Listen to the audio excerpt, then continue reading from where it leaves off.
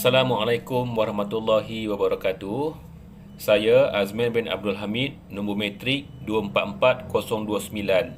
Bersama rakan-rakan akan membentangkan dalam bab 8 ya puan, iaitu tajuk dia kepimpinan dan pentadbiran dalam organisasi awam.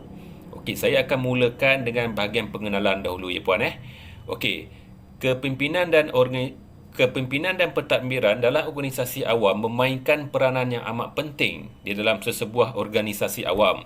Sesebuah organisasi awam dicirikan ataupun dibina oleh dua entiti, iaitu pemimpin dan pengikut dalam sesebuah organisasi awam.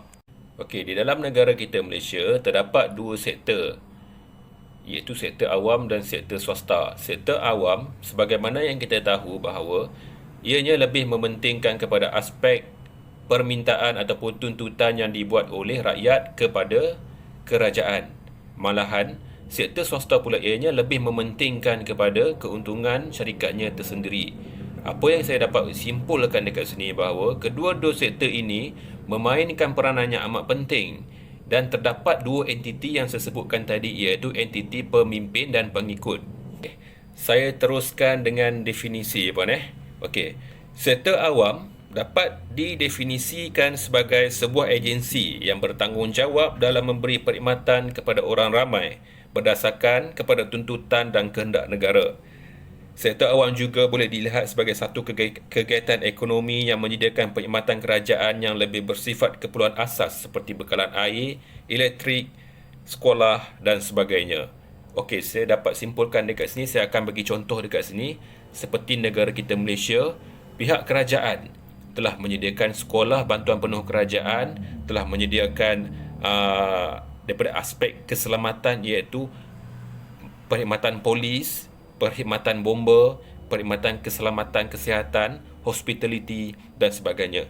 Sumber-sumber ini disediakan oleh pihak kerajaan kepada rakyatnya atas tuntutan yang diminta oleh rakyat kepada pihak kerajaan. Jadi sektor awam akan menyediakan sumber-sumber ini kepada rakyatnya untuk dipenuhi dan untuk diguna pakai oleh rakyat. Saya akan teruskan dengan subtopik yang seterusnya, iaitu perorganisasian dan penstafan organisasi awam. Okey, kaki tangan awam yang berkhidmat di negara ini terdiri daripada individu yang dilantik khas oleh Jabatan Perkhidmatan Awam. Apa yang saya boleh terangkan dekat sini dekat puan, iaitu di dalam semua sektor kerajaan, tidak kiralah sama ada polis, guru, bomba dan apa-apa sahaja yang melibatkan sektor awam. Semua ini adalah dilantik khas oleh Jabatan Perkhidmatan Awam. Saya akan explainkan dengan lebih mudah, iaitu jabatan yang saya bertugas sendiri, iaitu Jabatan PDRM. Jabatan PDRM walaupun mempunyai hierarki kedudukan pangkat di dalam organisasi ataupun mempunyai carta organisasi yang lengkap, namun sistem pengambilan di dalam PDRM termaktub di dalam syarat-syarat skim yang disediakan oleh Jabatan Perkhidmatan Awam. Sebagai contoh dekat sini, saya bagi dalam satu unit di dalam PDRM, iaitu unit yang saya sendiri bertugas, iaitu unit pengambilan Bukit Aman. Okey, walaupun saya di dalam unit PDRM, syarat-syarat skim yang diguna pakai oleh unit pengambilan Bukit Aman untuk mengambil pelatih baru ataupun untuk mengambil pekerja baru haruslah mengikuti syarat-syarat skim yang telah ditetapkan oleh JPA. Malahan, untuk kekosongan jawatan pula, ianya pun haruslah merujuk kepada JPA. JPA akan memberi kepada PDRM satu kekosongan jawatan dan skim daripada JPA, dan pihak PDRM haruslah mengguna pakai syarat skim dan kekosongan jawatan tersebut dan haruslah mengikut peraturan yang dikeluarkan oleh JPA, iaitu Jabatan Perkhidmatan Awam. Tambahan pula, semua pemimpin dalam semua agensi sektor awam haruslah bergantung sepenuhnya kepada JPA. Ya, haruslah bergantung sepenuhnya kepada JPA, termasuklah dalam merancang, melaksana segala-gala aktiviti organisasi khasnya melibatkan belanjawan, latihan, program R&D dan sebagainya. Ini semua haruslah melalui Jabatan Perkhidmatan Awam terdahulu. Seperti mana yang saya maklumkan tadi, iaitu JPA adalah berkuasa penuh dalam merancang dan membina syarat skim dan sebagainya. Okey puan, seterusnya saya akan serahkan kepada ahli kumpulan saya, iaitu Nur Azura Hanim binti Abdul Halim. Beliau akan menerangkan dengan lebih detail berkenaan dengan subtopik kepimpinan eksekutif. Terima kasih yang dihormati puan. Hai, Assalamualaikum. Sebelum tu terima kasih kepada sahabat saya Azmil Abdul Hamid. Okey. Nama saya Nur Azura Hani binti Abdul Halim, nombor matrik 243970. Okey. Hari ini saya akan present pasal kepimpinan eksekutif. Draka 1964 mengatakan eksekutif boleh ditafsir sebagai seorang individu yang memegang jawatan utama dalam organisasi, dan individu tersebut haruslah memiliki ilmu pengetahuan yang tinggi dan berkemahiran luas. Okey, menurut Draka juga, kemahiran eksekutif ni terbahagi kepada 5 bahagian, iaitu yang pertama, tahu ada tujuan organisasi. Kedua, melihat kepada hasil. Ketiga, memberi tumpuan kepada kekuatan yang dimiliki. Keempat, tumpuan kepada kerja yang lebih besar dan mencabar. Dan yang kelima, hanya keputusan yang terbaik sahaja yang akan dihasilkan. Okey. Kalau kita melihat dari segi aspek hala tuju, tahu hala tuju organisasi, seorang eksekutif tu mestilah mempunyai kemahiran tinggi, memiliki ilmu kemahiran yang luas terhadap apa yang ingin dihasilkan dan hala tuju organisasi tersebut. Yang kedua, melihat kepada hasil. Pengurus eksekutif memberikan tumpuan kepada pulangan terhadap organisasi, which is mestilah dia nak hasil yang terbaik terhadap organisasi yang dia bawa lah. Okay. Yang ketiga, memberi tumpuan kepada kekuatan yang dimiliki. Dia macam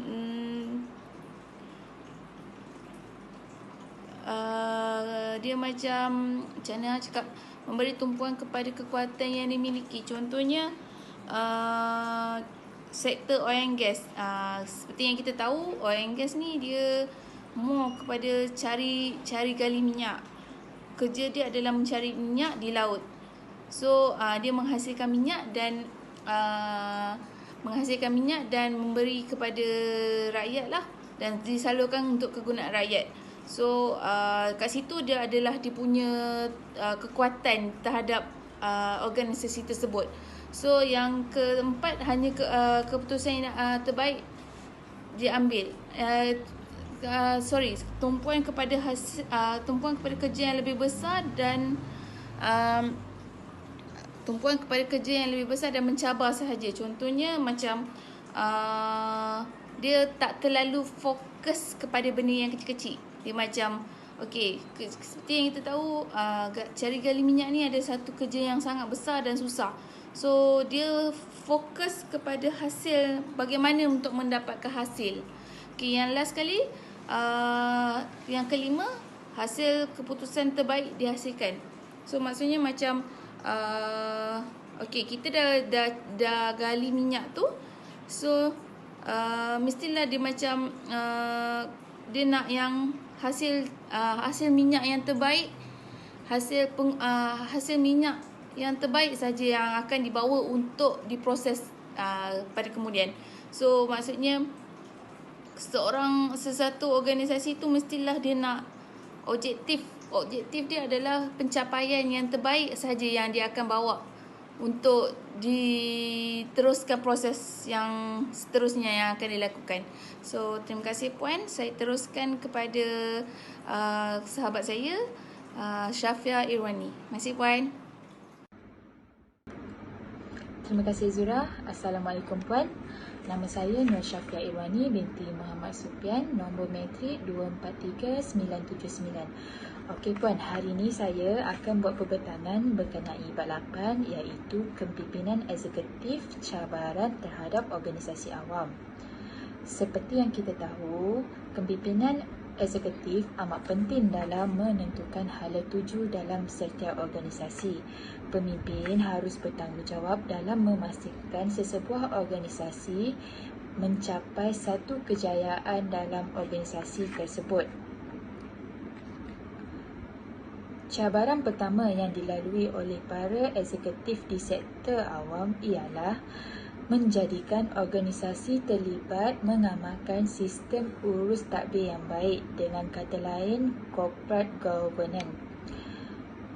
Ia sangat relevan dengan penambahbaikan sistem pentadbiran dengan menekankan terhadap unsur-unsur kepimpinan yang terbaik, pengurusan proses perubahan yang terancang, berlaku adil, demokratik dan bertanggungjawab terhadap keperluan awam. Cabaran kedua ialah pemimpin-pemimpin sektor awam harus berhadapan dengan cabaran daripada penggunaan teknologi. Dunia hari ini tertumpu kepada perkhidmatan yang tidak mempunyai keterbatasan masa dan tempat. Masyarakat inginkan satu medium yang boleh menyelesaikan segala urusan harian seperti pembayaran bil, pembaharuan cukai jalan dan lesen memandu, serta mengisi borang menggunakan komputer dan internet sahaja. Oleh itu, peranan pemimpin dalam sektor awam sangat penting bagi memastikan kerajaan mampu untuk memenuhi tuntutan rakyat. Hanya pemimpin berkemahiran dan berkaliber sahaja mampu dalam memastikan hasrat kerajaan ini tercapai dan terlaksana dengan jayanya. Terima kasih Puan. Seterusnya saya akan serahkan pembetanan saya kepada Encik Ruslan. Assalamualaikum warahmatullahi wabarakatuh. Salam sejahtera kepada puan dan juga rakan-rakan seperjuangan saya di luar sana. Saya harapkan semua sihat walafiat ya. Musim-musim Covid ni kita jaga kita. Saya Muhammad Ruslan bin Zulkifli, nombor matrik 243938. Pada hari ini ingin membincangkan salah satu subtopik dalam bab 8 ni, iaitu integriti di kalangan penyawat awam. Ialah seperti mana yang kita tahu pada zaman kini ya, tuntutan terhadap perkhidmatan awam ni semakin meningkat dengan pertambahan penduduk, pertambahan penempatan ya. Jadi penyawat awam sebagai pelaksana dasar-dasar kerajaan ni dibekalkan dengan kuasa dan juga autoriti ya, yang semakin bertambah sesuai dengan kehendak dan juga tuntutan oleh rakyat terhadap perkhidmatan awam. Jadi untuk mengawal penyalahgunaan kuasa dan juga autoriti yang ada kepada penyawat awam ni, satu kod etika dikeluarkanlah oleh jabatan-jabatan kerajaan ni. Satu kod etika yang perlu yang mengandungi peraturan dan juga kawalan boleh dikatakan SOP bagi penyawat awam dalam melakukan dan melaksanakan tugas-tugas mereka.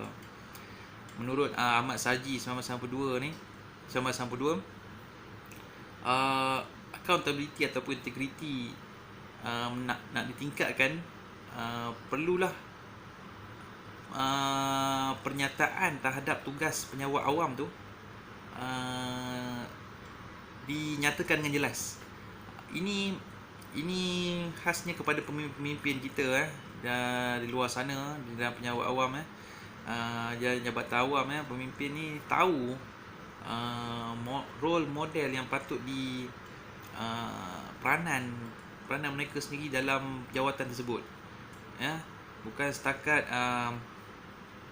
ada jawatan dinamakan ketua, penyelia, ataupun jawatan tertinggi, namun tidak memahami kehendak dan juga aspirasi perkhidmatan awam itu sendiri, dalam membekalkan perkhidmatan dan mutu yang terbaik kepada rakyat.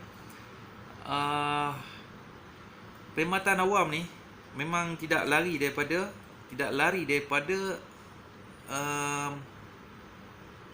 pandangan negatif rakyat, memang tidak lari, tidak orang kata tidak terlepas daripada pandangan negatif netizen. Segelintir penjawat awam pun dah melakukan tindakan yang kurang efisien, tidak cekap, mengamalkan rasuah, penyelewengan, kronisme, nepotisme dan macam-macam lagi pelakuan yang membawa kepada imej buruk perkhidmatan awam itu sendiri. Oleh itu, di sini pemimpin perlulah prihatin dalam memiliki kembali ataupun menarik kembali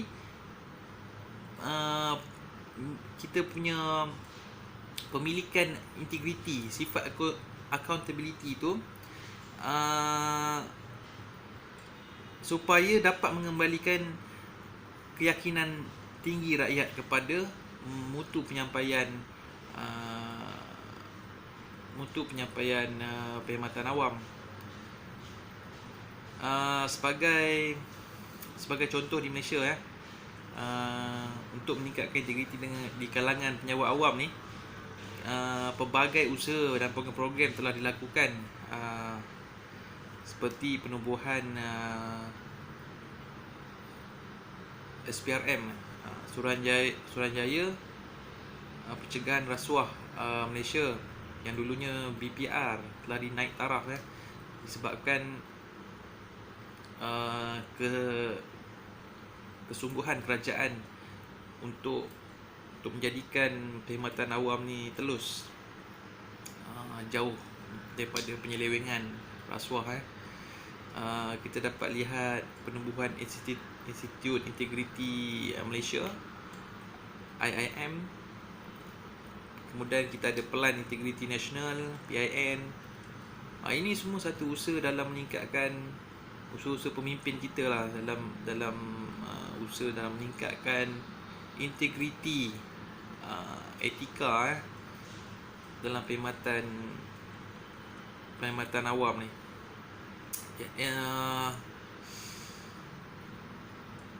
Menurut Stockdale 1974, apabila penerapan integriti dilakukan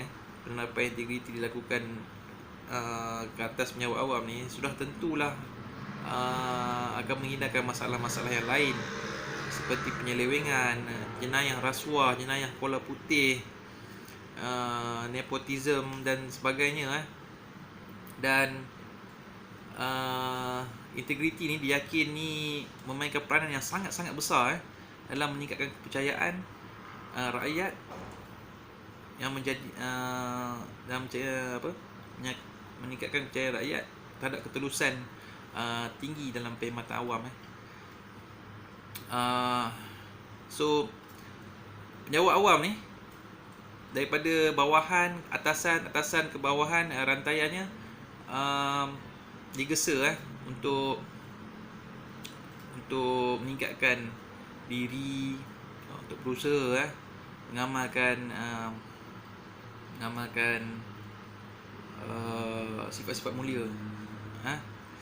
Kerana perkhidmatan awam ni merupakan platform penting bagi kerajaan, saluran penting bagi kerajaan dalam menyampaikan agenda-agenda dasar kerajaan. Dan juga pemimpin harus memikirkan juga bagaimana untuk menghasilkan modal insan, program modal insan, memikirkan menubuhkan program-program modal insan yang boleh meningkatkan accountability dan juga integriti penjawat awam. Baik, kita teruskan habis bab tu, kita teruskan kepada bab seterusnya dalam bab 8 juga kepimpinan dan juga ancakan paradigma dalam sektor awam Baik, anjakan paradigma, apa itu anjakan paradigma? Anjakan paradigma ialah satu usaha yang berterusan ke arah perubahan minda, perubahan fikiran matlamat ke arah lebih positif. Jadi bila kita tengok penyawa awam, perkhidmatan awam yang ada pada masa kini memerlukan untuk satu anjakan paradigma berikutan dengan kita punya pencapaian teknologi, kita punya bebandan kerja dan kena ikut arus masa tu. Dan sekiranya kita tidak mengikut arus masa itu, kita akan ketinggalan dan juga perkhidmatan kita akan dilihat jauh, tersasar dan menghasilkan satu pandangan yang negatif, sepertinya rakyat sepertinya lembab, tidak cekap, tak mesra pelanggan dan sebagainya. So apa yang kerajaan perlu buat, apa penjawat awam perlu buat, apa jabatan-jabatan ni perlu buat ialah dengan satu menghasilkan usaha mengadakan anjakan paradigma.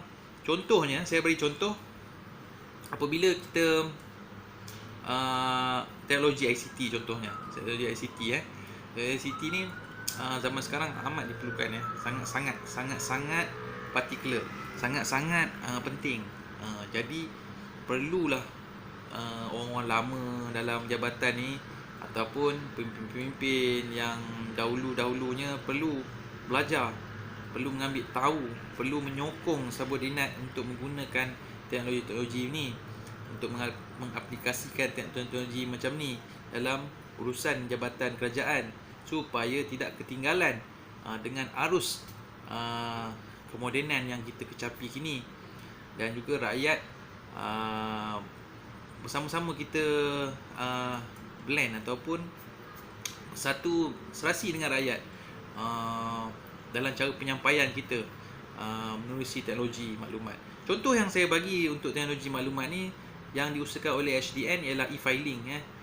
Dulu kita nak bayar, nak buka file HDN kena pergi pejabat dan sebagainya. Sekarang ni e-filing kita just daftar dan juga terus update kita punya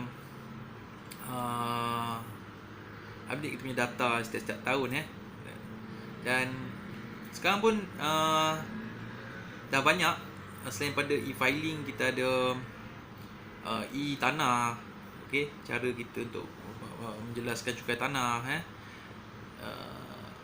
e-hasil, banyak lagi lah yang saya nak bahas di sini kan. So satu anjakan yang wajib, anjakan paradigma yang patut dilakukan lah. Dan seterusnya pemimpin-pemimpin dalam kerajaan ni harus mengamalkan sikap profesionalisme yang tinggi selain daripada senyum kan, senyum, tak bermasam muka dan sikap profesionalisme ni dilihat dari segi adab sebenarnya, bukan daripada segi jawatan, tingginya jawatan kita, tapi dari segi adab kita bersama dengan pelanggan bagaimana kita menghadapi situasi, menghandle, mengawal situasi dalam cara yang berhemah. So terima kasih, saya serahkan seterusnya perbincangan kita pada hari ini bab 8 kepada yang dihormati rakan seperjuangan saya, saudara Saiful Bahari. Terima kasih banyak-banyak. Jaga diri, kita jaga kita, dan hapuskan penularan wabak COVID-19 ni, insya-Allah. Assalamualaikum. Baik, terima kasih sahabat saya, saudara Ruzlan bin Zulkifli, yang telah membincangkan mengenai kepimpinan dan anjakan paradigma. Jadi saya mengambil topik iaitu budaya kerja dalam perkhidmatan awam. Saya akan bincangkan ataupun menerangkan lebih sedikitlah tentang budaya kerja dalam perkhidmatan awam. Baik, kerajaan dari masa ke semasa berusaha untuk meningkatkan mutu perkhidmatan awam. Ini kita selalu lihat apa yang disarankan oleh pemimpin-pemimpin, apa yang dibincangkan di peringkat parlimen, yang dibahaskan di peringkat parlimen, yang mana perlunya satu mutu perkhidmatan awam yang efisien, memandangkan perkhidmatan awam ni adalah tunjang kepada sistem pentadbiran kerajaan di Malaysia. Jadi pemimpin dalam organisasi awam perlulah berani melakukan perubahan dan perkenalkan beberapa program bagi meningkatkan mutu perkhidmatan awam.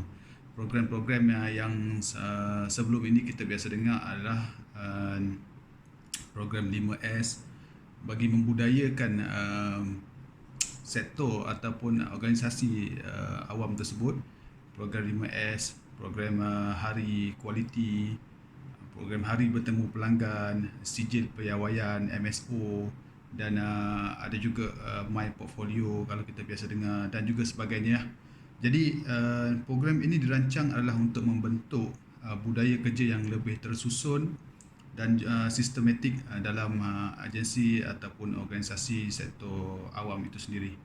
Baik, kita mengetahui sektor awam ini kebanyakan terlibat dalam penyampaian, pengurusan penyampaian ataupun sistem penyampaian ataupun delivery system, yang mana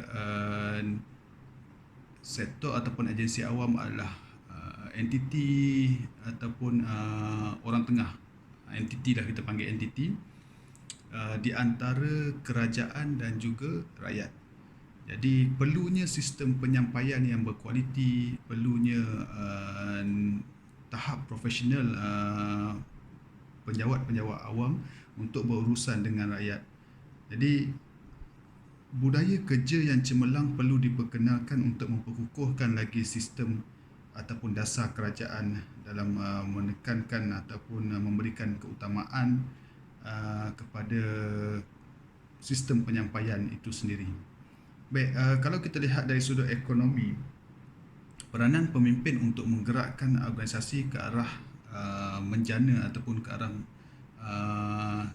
menaikkan tahap ataupun pertumbuhan ekonomi negara. Kalau kita lihat sekarang ni, ialah dalam tempoh 2-3 bulan ni kita melihat kepada permasalahan dalam negara kita sendiri, iaitu ketidakstabilan politik, dan juga kalau di peringkat global, kita sekarang ini dilanda wabak pandemik COVID-19 dan berlakunya ketidakstabilan ekonomi di seluruh dunia. Sampai sekarang ni kita tengok harga minyak jatuh sehingga RM1.25. Jadi peranan-peranan pemimpin di dalam agensi awam ini untuk menggerakkan organisasi mereka ke arah menjana pertumbuhan ekonomi negara. Dan perlunya ialah bila kita bercakap mengenai sistem ataupun perkhidmatan awam ni, antara urusan rakyat dengan kerajaan akan adanya birokrasi. Jadi perlunya pengurangan birokrasi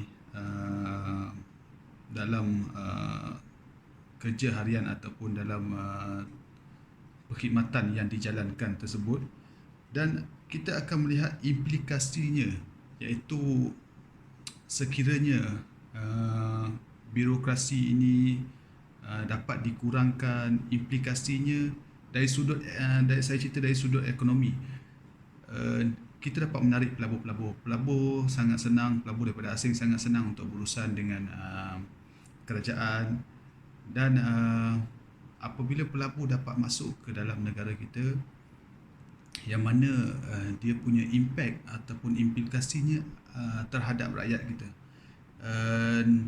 Sebagai contoh, apabila seseorang ataupun apabila pelabur daripada luar negara masuk membuka kilang di Malaysia, dan peluang pekerjaan. Peluang pekerjaan, orang kata peluang pekerjaan itu dapat diberikan kepada rakyat Malaysia, dan apabila peluang pekerjaan diberikan, rakyat dapat bekerja, rakyat dapat membeli, power of buying ada, dan seterusnya, dapat menjana pertumbuhan ekonomi negara di samping cukai-cukai yang dibayar lah apa semula. Jadi di sini di dalam agensi ini perlunya seorang pemimpin ataupun pemimpin lah, saya cakap pemimpin awam yang berani untuk